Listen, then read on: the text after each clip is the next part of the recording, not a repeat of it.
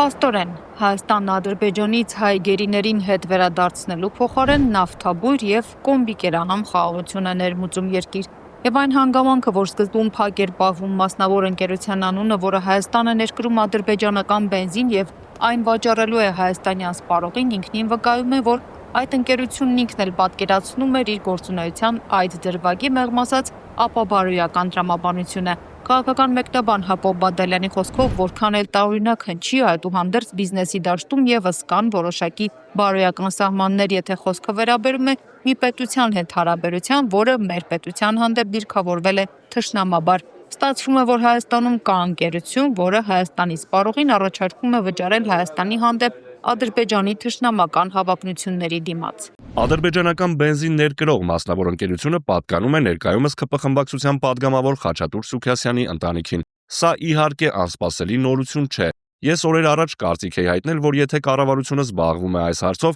ուրեմն խոսքը մի այնպիսի մասնավորի մասին է, որը անմիջական առնչություն ունի կառավարության հետ։ Խաչատուր Սուքիասյանի ընտանիքին պատկանող ընկերությունը նշել է, թե ադրբեջանական բենզինի ներկրումը թույլ կտա շուկայում զգալի իջեցնել բենզինի գինը։ Այս մասով էլ օրեր առաջ կարծիք հայտնել էի, որ հնարավոր է այս ներկրումը նաև նախընտրական քարտ բլանշի շրջանակում է, բենզինի գները իջեցնելու եւ այդ կերպ քարոզչական էֆեկտ ստանալու համար։ Մնացյալն իհարկե Հայաստանի Հանրապետության սպառողի գիտակցության ու արժանապատվության հարց է։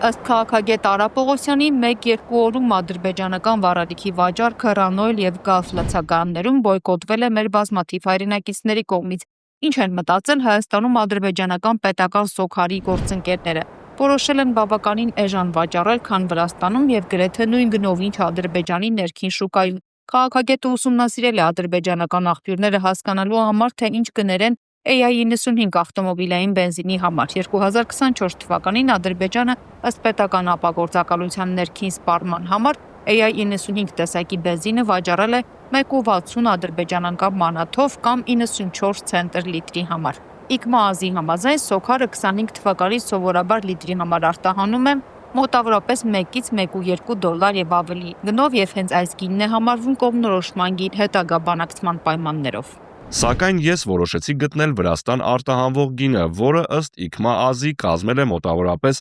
0.66 ցենտ լիտրի համար։ Թեպետ Վրաստանի համար լոգիստիկ առավել քիչ ծախսեր են անհրաժեշտ, բայց եւս 0.16 ցենտ նվազեցնենք եւ 0.5 դոլարը ընդունենք որպես արտահանման գին եւ փորձենք հասկանալ, թե 0.5 դոլար մաքսային արժեքի դեպքում որքան կարժենա ներմուծողի պահեստ հասնող վառելիքը։ AI-95 տեսակի բենզինի համար ԵԱՏՄ մաքսային օրենսդրությունը սահմանում է ավելացված արժեքի հարկ 20%, բնապահպանական վճար 2%, ակցիզային հարկ 50.58%։ Եթե վերցնենք 1 դոլարը հավասար է 380 դրամի, ապա առանց ճանապարհածախսի եւ այլ ծախսերի 1 լիտր AI-95 տեսակի բենզինը մաքսազերծելուց հետո մոտավորապես հավասար կլինի 328 դրամի։ Այսինքն կոմերցիոն որևէ հետաքրքրություն չի կարող լինել 440 դրամով AI-95 տեսակի բենզինի վաճառքն Հայաստանում, քանի որ հարկեր, տուրքեր եւ այլ ծախսեր հանելուց հետո պարզապես տվյալ ընկերությունը շահույթ չի կարող ստանալ։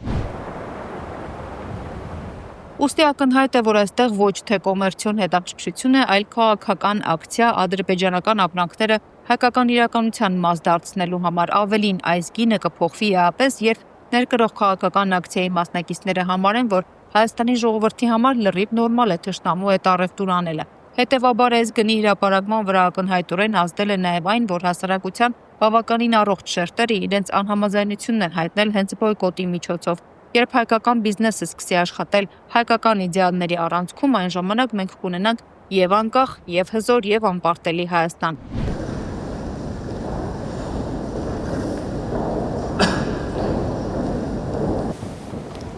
Այլընտրանքային նախագծեր խմբի անդամ Վահե Հովհաննիսյանի վերլուծությամբ, եթե երկրի վարչապետը կարող է երախտագիտություն հայտնել իր համալիևին, ապա հոգևորական գաուլայթերների տասնյակն էլ կարող է օրհնել Հեյդար Ալիևի անվան նավթավերամշակման գործարանի բենզինը Հայաստանում։